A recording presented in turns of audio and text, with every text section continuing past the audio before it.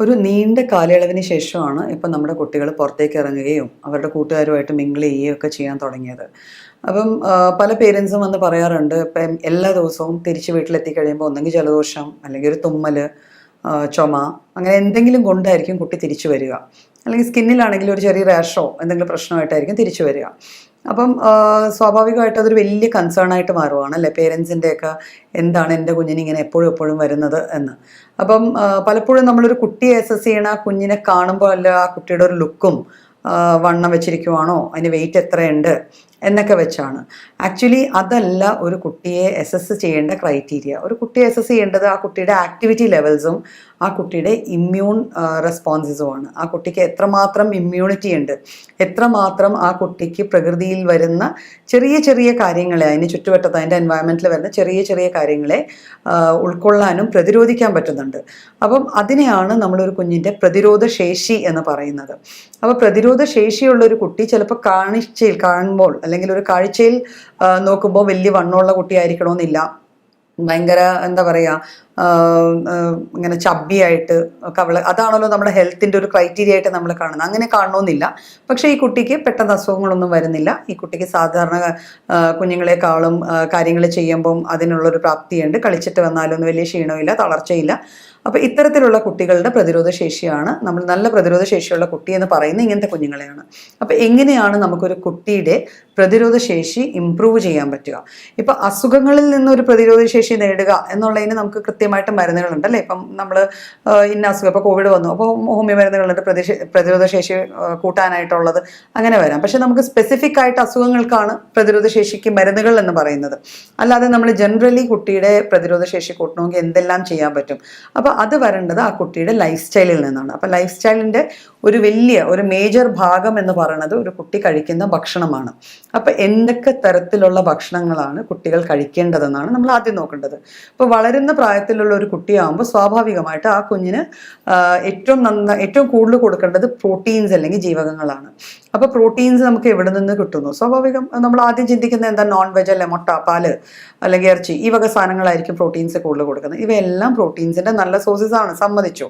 പക്ഷേ ഒരു കുട്ടിക്ക് പ്രതിരോധ ശേഷിയും കൂടെ കൂടണമെങ്കിൽ ആ കുട്ടിക്ക് കൊടുക്കേണ്ട പ്രോട്ടീൻസ് വെജ് ബേസ്ഡ് പ്രോട്ടീൻസ് ആയിരിക്കണം. ഇപ്പം പണ്ടൊക്കെ നമ്മൾ ചെറുപയർ അരച്ച് അല്ലെങ്കിൽ ഉഴുന്ന് അരച്ച് അങ്ങനത്തെ പലതരത്തിലുള്ള വിഭവങ്ങളാണ് കുട്ടികൾക്ക് കൊടുത്തുകൊണ്ടിരുന്നത്. പലതരത്തിലുള്ള അടകൾ അല്ലെങ്കിൽ ആവിയിൽ പുഴുങ്ങുന്ന പല പല സാധനങ്ങൾ. അപ്പം നാച്ചുറൽ ആയിട്ടുള്ള ഗ്രെയിൻസും പൾസസും ചേർന്ന് ആവിയിൽ വേകുന്ന സാധനങ്ങളിൽ ആൻറ്റി ഓക്സിഡൻറ്റ് പ്രോപ്പർട്ടീസ് കൂടുതലായിരിക്കും.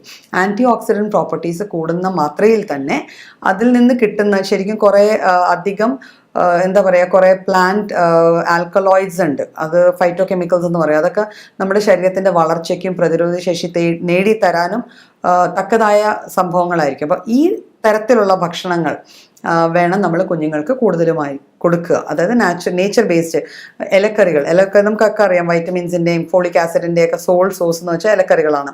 അപ്പം അത്തരത്തിലുള്ള അത് ചേർന്ന് വരുന്ന ഭക്ഷണം വേണം കുഞ്ഞുങ്ങൾക്ക് കൊടുക്കുക. അപ്പോൾ പലപ്പോഴും പേരൻസ് പരാതി പറയാറുണ്ട്, ഇലക്കറികൾ കഴിക്കില്ല, പച്ചക്കറികൾ കഴിക്കില്ല. ഇത് കുഞ്ഞുങ്ങളെ നമ്മൾ ശീലിപ്പിക്കുന്ന രീതികൾ ഡിപ്പെൻഡ് ചെയ്തിരിക്കും. അപ്പോൾ ഹോം ബേസ്ഡ് ഫുഡിൽ തന്നെ നമ്മൾ ഈ വക സാധനങ്ങൾ ഇൻക്ലൂഡ് ചെയ്യാൻ ശ്രമിക്കണം. നട്ട്സ്, പിന്നെ പലതരം സിറിയൽസ് ഉണ്ട് അല്ലേ. ഇപ്പം നമ്മൾ ഉപ്പുമാവ് ഉണ്ടാക്കാൻ ഉപയോഗിക്കുന്ന സൂചി ഗോതമ്പ്, അല്ലെങ്കിൽ ഈ റവ എന്ന് പറഞ്ഞ സാധനം, അല്ലെങ്കിൽ നമ്മൾ ഓട്സ്, ഇത് നമ്മുടെ റാഗി, ചോളം, അപ്പോൾ ഇത്തരത്തിൽ സോയ ബീൻസ്, ഇത്തരത്തിലുള്ള പൾസസും ഗ്രെയിൻസും ഒക്കെ നമ്മൾ കുഞ്ഞിൻ്റെ ഫുഡിൽ ഇൻക്ലൂഡ് ചെയ്ത് കൊടുക്കണം. അപ്പോൾ നമ്മൾ ഡയറക്റ്റ്ലി ഇതെല്ലാം കറി വെച്ച് കുഞ്ഞെ കഴിക്കുന്ന പറഞ്ഞാൽ ചിലപ്പോൾ കഴിക്കണമെന്നില്ല. അപ്പോൾ ഇതിനെ നമ്മൾ ഏതെങ്കിലും രീതിയിൽ മാറ്റിയിട്ട് അതുകൊണ്ട് അടകളോ ദോശകളോ അല്ലെങ്കിൽ ഏതെങ്കിലും തരത്തിലുള്ള കേക്ക്സോ ഒക്കെ ഉണ്ടാക്കി കൊടുത്താൽ കുഞ്ഞുങ്ങൾക്ക് പ്രതിരോധ ശേഷി കൂടാൻ അത് ഹെൽപ്പ് ചെയ്യും. പിന്നെ ഡയറക്റ്റ് ഷുഗറായ പഞ്ചസാരയിൽ നിന്നും വ്യത്യസ്തമായി ചക്കരക്കരിപ്പട്ടി അല്ലെങ്കിൽ ശർക്കര, ഈ രണ്ട് സാധനങ്ങൾ നമുക്ക്, കൽക്കണ്ടം, ഇവയെല്ലാം നമുക്ക് മധുരത്തിന് വേണ്ടി ഇവയെല്ലാം ചേർത്ത് കൊടുക്കാം. പിന്നെ ഡ്രൈ ഫ്രൂട്ട്സിൽ നമ്മൾ ഡേറ്റ്സ്, അതെല്ലാം കുഞ്ഞുങ്ങളുടെ പ്രതിരോധ ശേഷി കൂട്ടാൻ ഹെൽപ്പ് ചെയ്യുന്ന സാധനങ്ങളാണ്. നട്ട്സ് ഞാൻ ഓൾറെഡി പറഞ്ഞു, എല്ലാത്തരം നട്ട്സും സീഡ്സും നമുക്ക് പ്രതിരോധ ശേഷി കൂടാനായിട്ട് ഹെൽപ്പ് ഔട്ട് ചെയ്യുന്ന ഭക്ഷണങ്ങളാണ്. പിന്നെ അവിയൽ പരുവത്തിൽ നമ്മൾ കുഞ്ഞുങ്ങൾക്ക് ഫുഡ് കൊടുക്കാൻ പഠിപ്പിച്ചു കഴിഞ്ഞാൽ നമുക്ക് അതിൽ കുറേയേറെ വെജിറ്റബിൾസ്, ക്യാരറ്റ്സ്, കുക്കുംബേഴ്സ് ഇതെല്ലാം നമുക്ക് ഇൻക്ലൂഡ് ചെയ്യാൻ പറ്റും. സാലഡ്സ് ഒക്കെ, സ്പ്രൗട്ട്സും സാലഡ്സും കുഞ്ഞുങ്ങൾക്ക് അവർ കഴിക്കുന്ന രീതിയിൽ നമ്മൾ അത് ഒതുക്കിയും ഇപ്പം എന്താ പറയുക, നെസ്റ്റും മുട്ടയെന്നൊക്കെ രീതിയിൽ, കിളിക്കൂടും മുട്ടയെന്നൊക്കെ രീതിയിൽ നമുക്ക് പല ഡിഷസ് ഉണ്ടാക്കി കൊടുക്കാൻ പറ്റാറുണ്ട്. അപ്പോൾ അത്തരത്തിൽ ഫുഡ് കുഞ്ഞുങ്ങൾക്ക് കൂടുതലായിട്ട് കൊടുക്കുക. പാൽ എപ്പോഴും ഹോൾസം ഫുഡാണ്, ഒരിക്കലും അത് മാറ്റി നിർത്തേണ്ട കാര്യമില്ല. പാല് കുഞ്ഞുങ്ങൾക്ക് റെഗുലറായിട്ട് കൊടുക്കാവുന്ന ഒരു സാധനമാണ്, അത് നമുക്ക് കൊടുക്കാം. ഫ്രൂട്ട്സിൽ ശ്രദ്ധിക്കേണ്ട ഒരു കാര്യം, സീസണൽ ആയിട്ടുള്ളതും നമുക്ക് അവൈലബിൾ ആയിട്ടുള്ള ഫ്രൂട്ട്സ് ആണ് ഏറ്റവും കൂടുതൽ കുഞ്ഞുങ്ങൾക്ക് കൊടുക്കേണ്ടത്. അതാണ് അവർക്ക് അത് ആക്സെപ്റ്റ് ചെയ്യാൻ, അവരുടെ ബോഡിക്ക് അത് ആക്സെപ്റ്റ് ചെയ്യാനും ആ ടൈപ്പ് ഓഫ് ഫുഡായിരിക്കും കുറച്ചുകൂടി ഹെൽപ്ഫുൾ ആവുക. പിന്നെ ജങ്ക് ഫുഡ്സ് മാക്സിമം കുറയ്ക്കുക. അത് പുറമേ നിന്ന് മേടിക്കുന്ന ഗ്രിൽസ്, അല്ലെങ്കിൽ നമ്മളിപ്പം ഓൾറെഡി പത്രവാർത്തകളിലൊക്കെ കാണുന്നുണ്ട്, നമ്മൾ പുറമേ നിന്ന് മേടിക്കുന്ന ഫുഡ് കൊണ്ട് കുഞ്ഞുങ്ങൾക്ക് ഉണ്ടാവുന്ന ഒരു അഡ്വേഴ്സ് എഫക്ട്സും അതിൻ്റെ കോംപ്ലിക്കേഷൻസും ഒക്കെ നമ്മൾ നല്ല രീതിയിൽ വായിക്കുന്നുണ്ട്. അപ്പം അത്തരത്തിലുള്ള ഫുഡ് അവോയ്ഡ് ചെയ്തിട്ട് ഹോം മെയ്ഡ് ഫുഡിൽ തന്നെ കുഞ്ഞുങ്ങളെ നമ്മൾ മെയിൻറ്റെയിൻ ചെയ്യാൻ നോക്കുക. ജങ്ക് കാലറീസ് തരുന്ന രീതിയിലുള്ള ബേക്കറീസ് അവോയ്ഡ് ചെയ്യുക.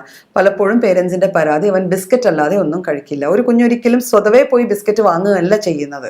നമ്മളുടെ എളുപ്പത്തിന് വേണ്ടി അത് ശീലിപ്പിക്കുന്ന ഒരു കാര്യമാണ്. ഇപ്പോൾ യാത്ര മധ്യയോ അല്ലെങ്കിൽ നമ്മൾ ഒരു ദൂരെ എവിടെയെങ്കിലും പോവുകയാണ്, അവിടെ നമുക്ക് വേറെ ഒന്നും കിട്ടുന്നില്ലെങ്കിൽ കൊടുക്കുന്ന പോലത്തെ ഒരു സാധനം മാത്രമായി മാറ്റണം ഈ ബേക്കറി ഐറ്റംസ്. അതർവൈസ് കുഞ്ഞുങ്ങളെ നാച്ചുറൽ ഫുഡിൽ തന്നെ സ്റ്റിക്ക് ഓൺ ചെയ്യാൻ നമ്മൾ പഠിപ്പിക്കുക. ഈ ഫുഡിൻ്റെ കൂടെ തന്നെ കുഞ്ഞിൻ്റെ ഉറക്കശീലം, മലശോധനയുടെ രീതികൾ, അതായത് കുഞ്ഞുങ്ങളെ അത് രാവിലെ തന്നെ ശീലിപ്പിക്കാനുള്ള ഒരു ശ്രമം നമ്മുടെ ഭാഗത്തുനിന്ന് ഉണ്ടാവണം. അപ്പം അത്തരത്തിൽ ജീവിതശൈലിയിൽ കുട്ടിക്കാലം മുതലേ ഒരു ചിട്ട വന്നു കഴിഞ്ഞാൽ അത് ലൈഫ് ലോങ് മെയിൻറ്റെയിൻ ചെയ്യാനും പറ്റും. കുട്ടികളുടെ പ്രതിരോധ ശേഷി എപ്പോഴും മുന്നിട്ട് തന്നെ നിന്ന്, അപ്പോൾ എപ്പോഴും അടിക്കടി അവർക്ക് അസുഖങ്ങൾ വരാതിരിക്കത്തക്ക വിധത്തിൽ നമുക്ക് അവരെ വളർത്തിയെടുക്കാൻ പറ്റും. പിന്നെ നെല്ലിക്ക പോലത്തെ സാധനങ്ങൾ, നമുക്കറിയാം നെല്ലിക്ക, മഞ്ഞൾ, നാച്ചുറൽ കിട്ടുന്ന കുറേ സാധനങ്ങളുണ്ട്. ഇത് വെച്ച് ചെറിയ ചെറിയ പെപ്ഡ്രിങ്ക്സ്, നാരങ്ങ, വൈറ്റമിൻ സി റിച്ച് ആയിട്ടുള്ള ഫ്രൂട്ട്സ്, ഇവയെല്ലാം ഒരു ശീലമായി മാറ്റുക. അതായത് ഈ മോരും വെള്ളമോ അല്ലെങ്കിൽ ചെറിയ നെല്ലിക്ക ജ്യൂസോ അതിൽ ബീട്രൂട്ടൊക്കെ ഇട്ട് അതിനെ കുറച്ചുകൂടെ കളർഫുൾ ആക്കിയിട്ട് കൊടുക്കുകയോ, നമുക്ക് ഫ്ലവേഴ്സിൽ നിന്നുണ്ടാക്കുന്ന ചെറിയ ചെറിയ ശീതള പാനീയങ്ങളുണ്ട്, ഇപ്പോൾ ചെമ്പരത്തി ജ്യൂസ്, അത്തരത്തിലുള്ള ചെറിയ ചെറിയ ജ്യൂസുകളൊക്കെ കൊടുത്ത് ഇത് ശീലവും ആക്കി മാറ്റിക്കഴിഞ്ഞാൽ നമുക്ക് കുട്ടികളുടെ പ്രതിരോധ ശേഷി കുഞ്ഞിലേ മുതൽ തന്നെ കൂട്ടിക്കൊണ്ടുവന്ന് അവരെ ഒരു ഹെൽത്തി സിറ്റിസൺ ആയിട്ട്, ഒരു ഹെൽത്തി അഡൽട്ടായിട്ട് വളർത്തിയെടുക്കാൻ പറ്റും.